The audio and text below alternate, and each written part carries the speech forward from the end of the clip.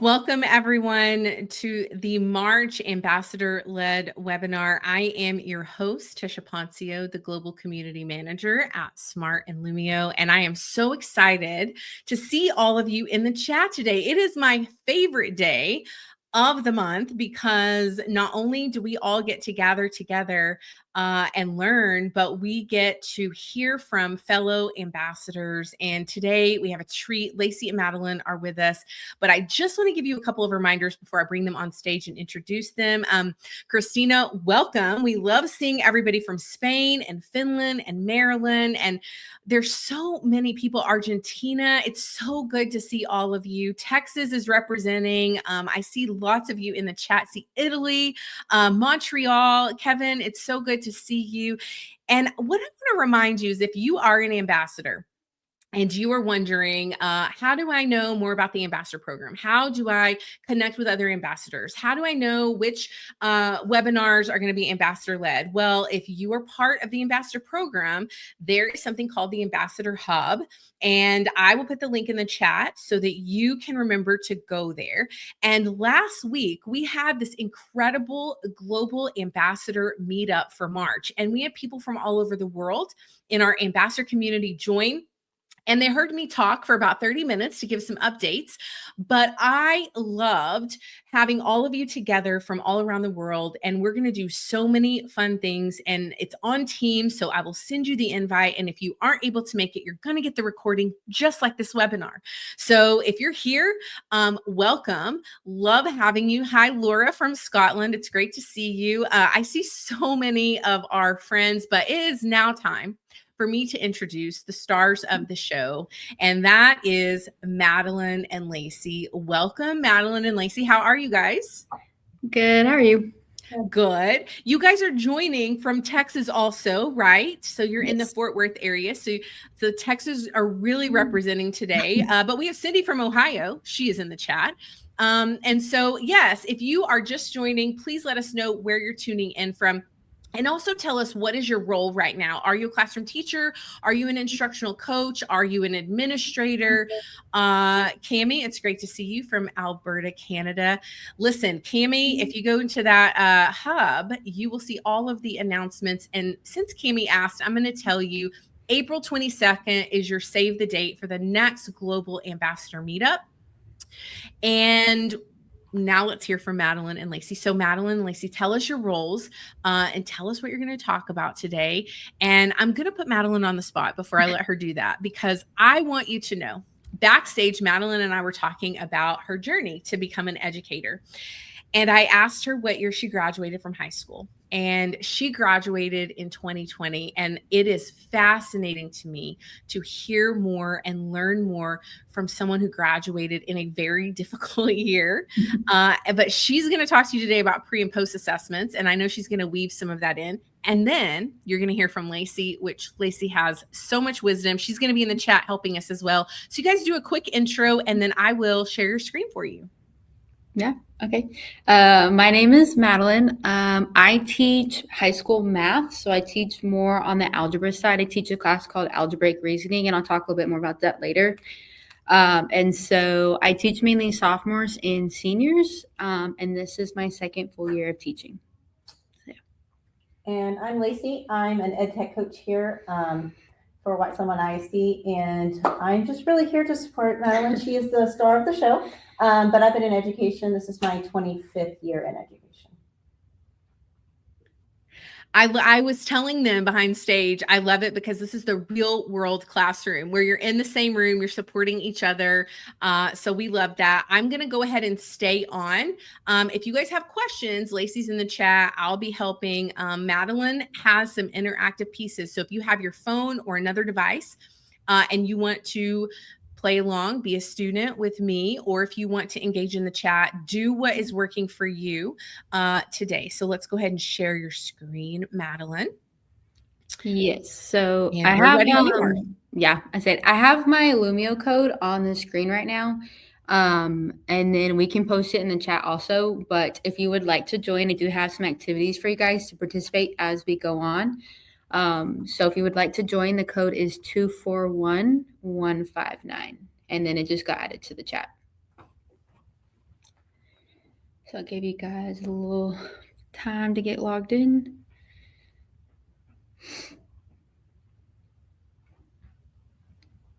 So while we're waiting to get them logged in, Maddie, I'm going to ask you a question. What, as a brand new teacher, what have you found as the difficult piece to pre or post assessment? What is a pain point that you realized once you got into that real world environment of teaching?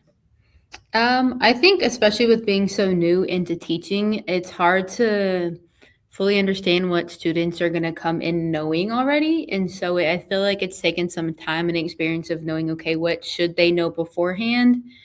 So especially with pre-assessments, I've used them a lot because I need to figure out, especially my first year last year, where the students are coming from.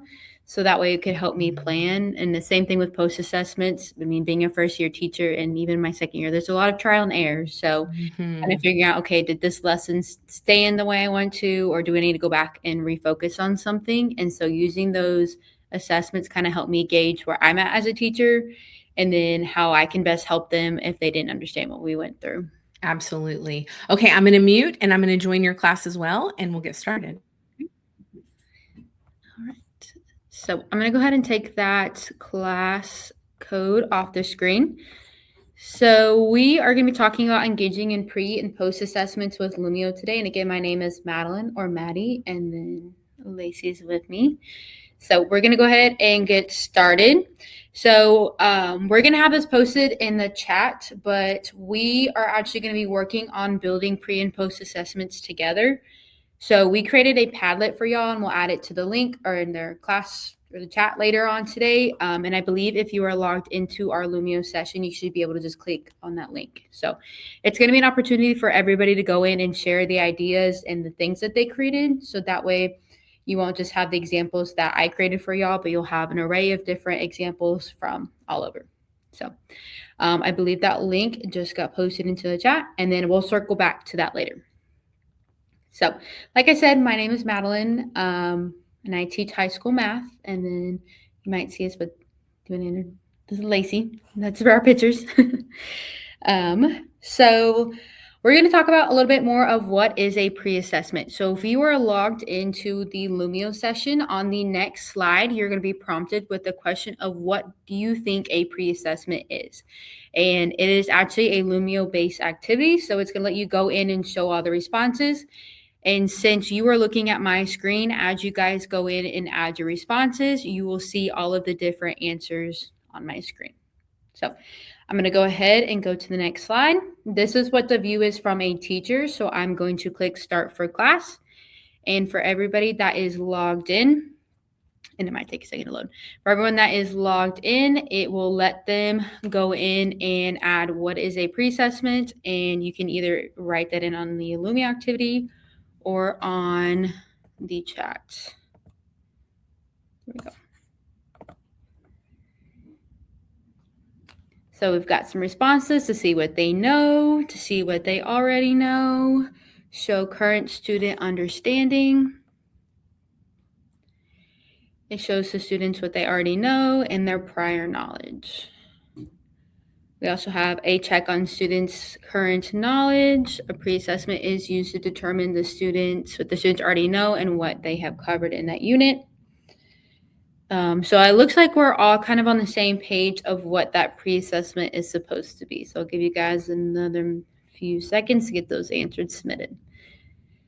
So again, while you guys are entering this, and we're talking about pre-assessment, this is a great way for you guys to build an activity for your students. So you could put any question on the board. I use what's a pre-assessment, and you could just allow the students to answer whatever question you have to see what they know about that topic. So I'm going to go ahead and move on to the next part. I have a question, Maddie. I'm curious, as a high school teacher, when you're doing the shout it out, do you typically, is your habit to show the names when they're answering, or do you typically keep it anonymous? What works for you best? So what I normally do is I have a smart board in my classroom, and so I've created a student account on my smart board, and so everything they see on that view is everything I'm adding to the screen. So something like this I would keep to myself, and I would go and read out the answers. So especially for more of a math topic, it's a good way for me to filter out the responses so that everyone has an opportunity to answer. But that way, especially if it's something that is either right or wrong, we're able to kind of filter out what those responses are as we're verbalizing them.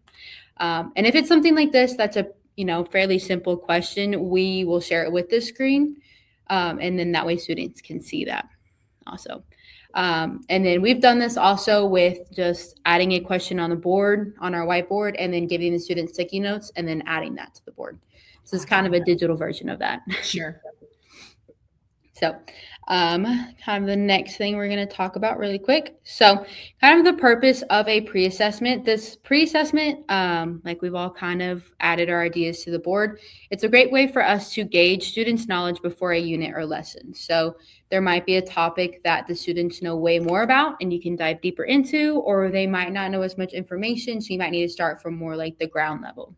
It's also supposed to be a quick checkpoint, so the students it shouldn't be any extra work on the teacher to add this into their lesson.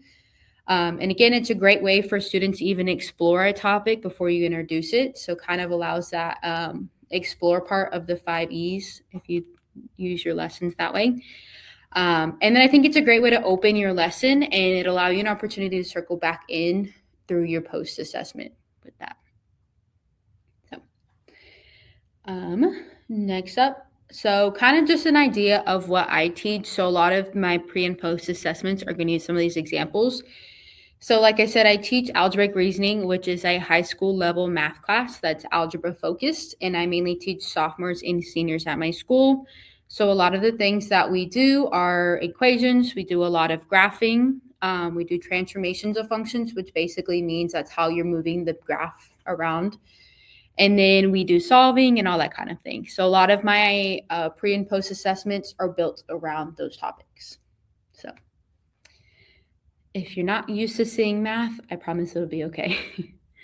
So this is kind of just how I go in and build my lessons and how I use Lumio in my pre and post assessments. So usually when I start planning a lesson or a unit, I focus on, okay, well, what is my goal? What am I trying to teach? And what do I want the outcome of that goal to be? Because I want to use my pre and post assessment to help me guide and use what I need to get to my goal. So usually I use Lumio as my tool. I already have my notes in my lessons planned. So what I normally do is I go in and I take either screenshots or I import the notes or activities that I want the students to do whenever we are working. And then I just go in and I add the different Lumio activities either before or after the lesson as my pre and post assessment. And I just go in and tie it into what we're working on.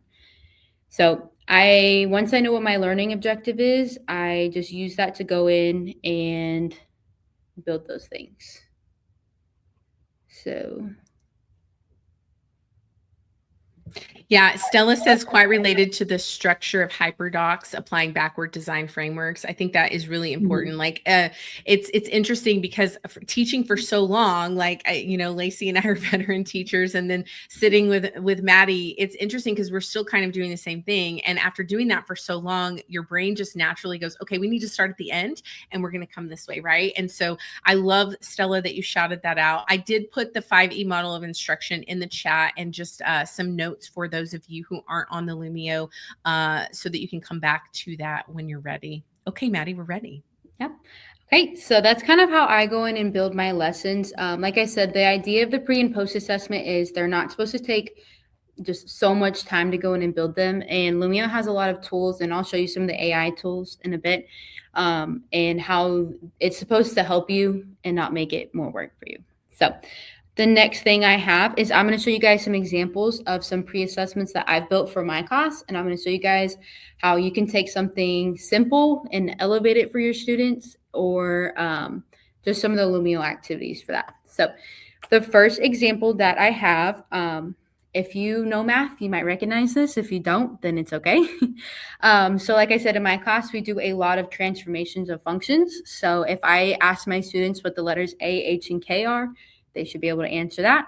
So what I used this pre-assessment for was at the beginning of a new function. So this is an example of a cubic function.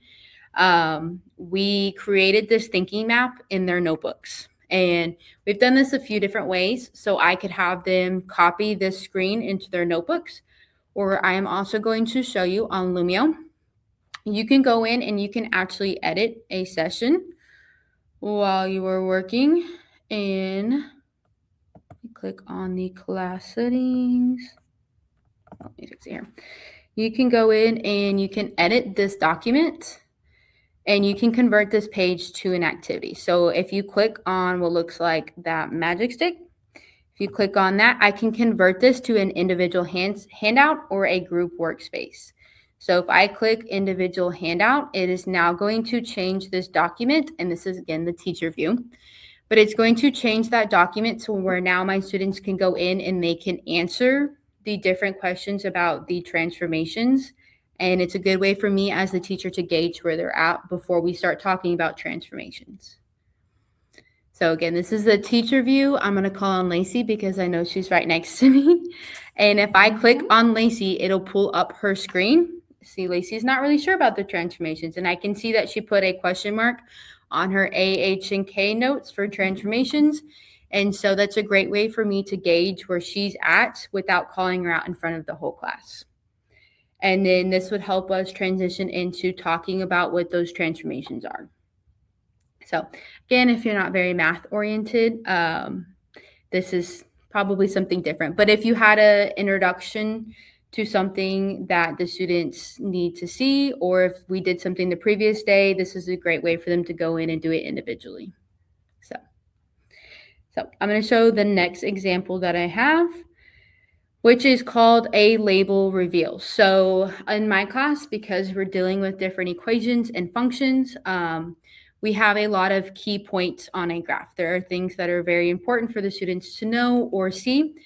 And I think this would be a great activity if you taught science and you had like photosynthesis or the water cycle. I think this would be a great way to introduce. So I'm going to show you what it looks like. So if I were to start this activity, this is an example of a cubic function, and I added labels to this function. So how I would introduce this in my class is on our notes, I would give the students just a blank cubic function on the graph, and they would go in and they would practice labeling as they go through this activity. And the cool thing about the label reveal is if a student is stuck, they can actually go and click on the question mark or wherever it's pointing to, and it will reveal what that vocabulary word is or what is the intended key point or feature of this graph. So, Maddie, I have a question. So first of all, this is hard. That is my statement. I put on the last slide, I need to reteach because algebra was not my sweet spot. But I have a question just from an instructional point of view. I'm just thinking about myself in being in your classroom.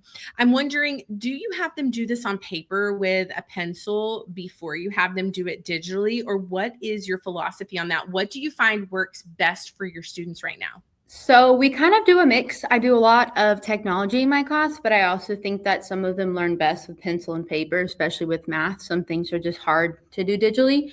So actually where I'm taking this pre-assessment, and you'll see it again in the post-assessment. So you'll see that full circle moment of where I will give them a copy of this in their notes. So I'll just print off a blank cubic function. You can take a screenshot from Desmos, and I'll add it to their notes page, and they will go in and they will label what they know. And then if they don't know something, they can click on the reveal. So that way their notes are still filled out and correct, but it gives them an opportunity to attempt it on their own. Absolutely. So Oh, sorry. No, I was just going to say that support is really helpful. I think being able to, all students learn differently, and I think being able to kind of meet them where they are, you're doing that flow. Like Sarah said, it's a great way to introduce vocabulary. I was looking at these vocabulary words, and I'm like, I need a reteach on this slide. But I think it's a great way. This reveal it even gives it support, right? Because you have it hidden, but then you have the support to reveal it and then ask questions. So I like this because it's quick and easy. As we were saying, pre-assessment should be, right? Yes. So I say, and we'll circle back to it, and you'll see an example of where it would be at in the post-assessment. So I'm going to go ahead and move on to the next one. We're not going to really do this one. I just want to show you guys what this would look like, but this is another example of the activity with some vocabulary, and I made this using, I believe, the Match 'em activity, and I'm not sure if that's AI tool or not. But this will allow students to go in and practice the vocabulary. So again, tying in those key features. So we use this a lot whenever we are reviewing vocabulary, since a lot of those words repeat themselves in math, and they have the same meaning, just a different function or different context. So I'm going to go ahead and move on. So now we're going to give you guys some time to create your own pre-assessments. But let me look at the time. I think we might skip this part and have you guys, we're giving you homework. Everybody's favorite thing. So what we want you guys to do is, after this presentation, go in Lumio and actually go in and try to make your own pre-assessment using a topic or unit that you already have, either upcoming or previous unit. And then go in and use some of these tools. And then we'll review some of the AI tools and the regular activities that I use towards the end. So we're going to skip the create your own pre-assessment, and it is now your assignment. So I'm going to skip this just for time's sake. So the next thing we're talking about is a post-assessment. So the purpose of our post-assessment is supposed to be an informal way for measuring students' understanding from the learning. So it's not meant to be a test or a quiz. This is a quick way for you to gauge how the students learned from that lesson. And it's a great way to spiral in your pre-assessment and refocus in on your lesson and what you wanted that desirable or the outcome to be from that lesson. And then it's a great way to close your lesson. Again, if you're using that 5E model, you can use this as your exit ticket and a way to end that lesson. So tying back in, we're going to show some examples of our post-assessment, and I'm going to take some of the examples I used as my pre-assessment, and I altered them to fit in the more post-assessment realm. So the next thing you guys are going to see is a monster quiz. So I'm going to go ahead and start this. I'm giving you guys a warning. This is a quiz I used in my class, so it is over cube root functions. So if math is not your thing, that is perfectly fine. I'm just going to show you what this quiz looks like. So for the monster quiz, again, my view is from the teacher screen. So what I can do is I can go in and I can divide y'all into different teams. And I'm going to go ahead and divide y'all into 4 different teams, and it'll randomly assign the different teams. So this is helpful because your class is working together as a group, and it's not just an individual assignment. So the goal of this is you are now going to be working with your team, and you are going to be answering different questions over cube root functions. And as your team or as your students start to answer the questions and they get them correct, and you can kind of see it from my screen, their monster is going to start to hatch from their egg. And this is one of the AI tools. So when I went in to design this activity, I knew what TEKS, in Texas we have TEKS, so I used the TEKS that I had, and I went in and I gave a little bit more information of how many questions I wanted there to be and the question format. So I had multiple choice questions, and I told them that I wanted to do transformations of cube root functions. So Lumio was able to create this for me. I went in and made sure that all of the different questions and the answer choices matched and make sure the correct answers were selected. But this probably took me maybe 5 minutes total to make, and that's including making sure I found the correct TEK and all the resources that go with that. And again, you can see from my screen that some of the monsters are starting to hatch, and this is a great activity for the students. Sometimes they want to sit together and work together, so it's a good team bonding activity also for students who don't quite know each other that well, but they want to do well collaboratively in their group. I have a question for you, Madeline. Yes. So whenever you divide them up in groups like that, do sometimes you have to switch their groups, or do you always let it just go? There are times where I've had to switch groups. Usually it's pretty good about evenly dispersing the kids at random. So it kind of helps with me not having to assign groups. And so most of the time they're not even sitting next to each other. So it kind of helps with that. And we do have assigned seats in my class, so they're not usually sitting with their friends. So it's fun when they get to get paired up with their friend in an activity like this.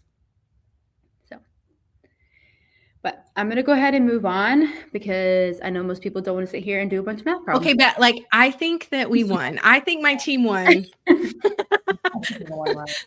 While you guys were chatting, I was trying to win, and it was all guesses. But yes, monster quiz. Tiffany says everyone loves the monster quiz. It is so fun to challenge yourself and challenge each other. So I do love this. And I was thinking, you know, everybody that presents on Lumio usually does a monster quiz, and it's because it's so fun. You want it to be fun. And when learning is fun for you and for the students, that is when the learning sticks, right? Yes. And it looks like it's easy to use at all levels. I mean, using cube root functions is not the easiest thing to do. So I'd imagine if you taught a different subject or if you had elementary kids, it's something they could easily adapt to that level also. And you can change the difficulty. I think I did intermediate on this one. So you can change how difficult the questions get also with that. So that's a nice tool. So I'm going to go ahead and move on to the next thing that we're going to work on. So this is kind of tying in that cube root graph. So this would be something I would use at the end of class after we've gone through the notes. And as you can see, this graph does not have the hidden labels. So tying back in our cubic functions and our key features, we would go in and I would have the students I would have it printed on their notes and they would go in and fill in the key features without the support. Or again, I could go back to Lumio and click on that magic tool and I can create an individual handout, a group workspace, or a whole class whiteboard. So depending on what I want the students to do, I could click on that. So if I did a whole class whiteboard, then we can all see the same screen and everybody's able to contribute to this. So it's a lot of variety depending on what you want the outcome to be. There are classes where I have a lot of students. I have classes where I have less students. So this is able for me to gauge it depending on what my class is and what I think they need. And everyone's able to contribute even if they're not able to answer all the questions. So it's kind of tying in that pre-assessment back in. Smart people. I say, look at y'all are doing great. I love it. I wasn't sure what to label and I wasn't going to mess it up. So I'm the anonymous student in the background going, okay, I think Lacey can do this work for me. And it's a great way for students if they're just completely like, I'm not sure, and they're not confident to raise their hand and answer. They're able to answer in this way where it's anonymous because they can't see who's writing what. And so, I mean, take some faith in your class to make sure they're writing the correct things, but it's a good way to self-check also. So, and then the last thing I'm gonna have you guys do is another post-assessment. So we're going to play a game show, and these are questions over pre and post assessments that I created. And this again is one of the Lumio AI tools.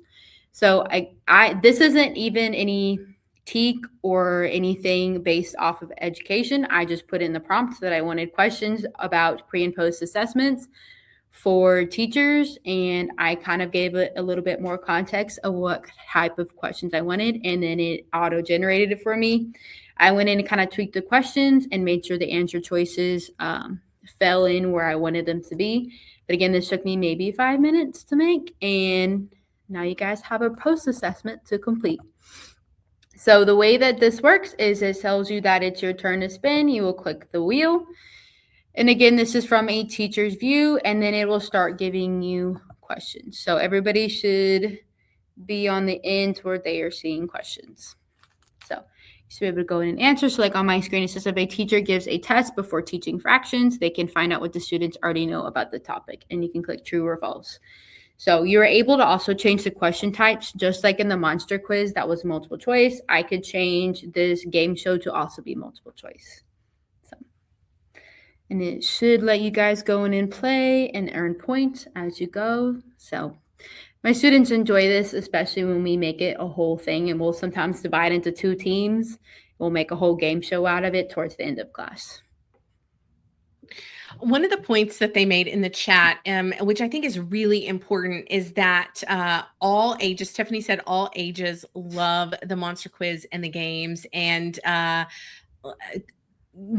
school students, higher ed students. I think there is sometimes a myth around Lumio, and I talk about this a lot, that when you are playing something, playing games, playing any games, it's going to make it fun. And when people are having fun, they're more invested, right? And so I heard you say that these aren't about any algebra things, it's about pre and post assessment. And I would even challenge the viewers and the people watching this recording to go create a monster quiz or a game show that has nothing to do with your content, that has nothing to do with what you're deeply invested in or pulling data on. Do something that is fun, that makes you smile, that makes you happy. I've seen all sorts of games. I think there was like a Gen X version of a game and a millennial version of a game, and some Taylor Swift trivia. And I think when you do it that way, and you even include your students, not only are they learning with you, but you're learning, and then you're able to apply it. So you end up modeling how to use technology for good, right?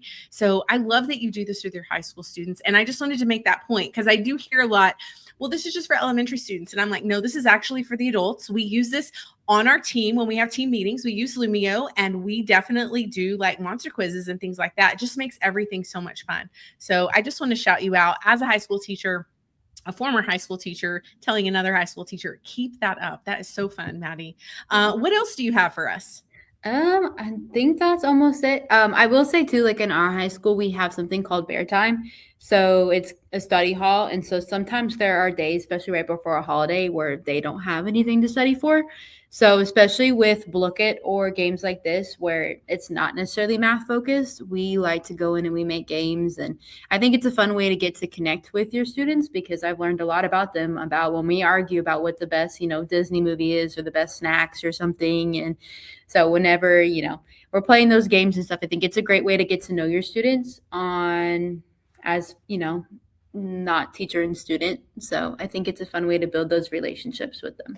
I think that's a great point. And I saw somebody say that they were using it for professional development. Tiffany posted that. I think you're absolutely right. Sometimes you think you know someone based on that student-teacher relationship or teacher-teacher relationship, and you start playing a game and you find out so much more about them. And that really will help you. I used to say that if you know yourself and you know your students, you're able to really help them with those academics. So I have actually shared your teacher link in the chat, Maddie. I've also shared a survey for your certificate for joining, and I'm going to reshare that Padlet link. Do you want to tell everybody what they're doing with that Padlet link one more time? Yes. So like I said, I'm assigning you homework. So our goal, or the thing that we would like for you guys to do with this Padlet link is to, on your own time, to go in and create some sort of pre and post assessment, either around a lesson that you have, or if you just want to create a fun, pre and post assessment for either the beginning of the year or the end of the year. And then you can go in and click on that Padlet link, and then you can actually share your Lumio link, your share code, and it will, let me see, I can probably click on it now. It should pop up. Okay, give me a second. It's thinking. So I gotta share my screen. And if not, I'm going to add a challenge to your challenge. So I'm going to one up your Padlet challenge for everybody viewing. And let me just make sure that I shared those. Yes. So I shared the link to the Padlet, and they want you to go put your pre and post assessments that you've created and do like a lesson share, which I love that, because we make each other better. And sometimes we think of things that our fellow ambassadors and fellow users haven't thought of yet. So what I've done is added that link I've also added a link to become an ambassador, but I've never added this link, and I'm adding it now. It's the hub that we have, our ambassadors.smarttech.com. And what I'm going to do, Lacey and Maddie, I am actually, once we get some lessons into your Padlet, we are going to post the Padlet in the hub so that we can start a little lesson share exchange, which I love. I think we all become better and we grab ideas from each other. And that is what a community of users and community of ambassadors is all about. So I'm adding to their challenge. So I want to see what you've got in there. Do you have any other links to share, or do we want to do anything else, Maddie? Or I think that was it. We had that link, and then if anybody has any questions for me or Lacey. Yeah, I was going to say, if you guys have questions, pop them in the chat. I'm going to be talking for a minute, but we're not leaving yet. I want to remind you to follow the socials for Smart and Lumio. I will drop those in the chat as well. Would love to know one of your favorite pre and post assessments in Lumio. Want to know what your favorite is, so drop it in the chat. Lacey and Maddie, where can the people attending or the people watching this recording, where can they find you? Well, pretty much everything that I'm on, it's Madeline Bush. So just my full name on Facebook. I think that's my Instagram. I am private because I teach high school students. So if you request to follow me, it might take me a little bit to accept it. Just because I teach high school and we need that separation. And Lacey, where can we find you? Oh, about the same. Or if you go to the WSIC technology one, I can definitely look at that Facebook one too. So yeah, I'll put that in the chat. Actually, I have been trying to get Maddie and Lacey on socials, but what I will say is Maddie and Lacey are in the hub. I've been tagging them, and so we're going to have them join the hub and do some posts for us. Share the Padlet link. We'll be connecting with you. And if you aren't an ambassador, we would love for you to join our community. If you have a lesson idea to share, all you have to do is reach out to me. I'm going to put my email in the chat so that you can let me know what you want to present on. Lacey and Madeline, thank you so much for joining us today. We had so much fun. Give us some words of wisdom as we end this. Lacey, what do you want attendees to know before we go? Well, I can say all of the things in Lumio are wonderful. And if you're not using all of them, especially the new AI tools, definitely check them all out. I love Lumio's products. So it's a great. Absolutely. And Maddie, what do you have for advice for our attendees? My advice would be, as I just started using Lumio this year, it seems very daunting at first, but I promise it's worth it because now I'm an iPad kid at school and I carry around with me and we use notes, and it's really helped me be able to move around the room for activities and stuff. There's a lot of cool tools and resources that have made me a better teacher for it. So. Absolutely. That's a perfect place to stop. Thank you all for joining us. Make sure if you're an ambassador to save the date for April 22nd and be watching for our April ambassador webinar. We will have details on that coming very soon, and connect with us after the session. Talk soon, everyone. Bye.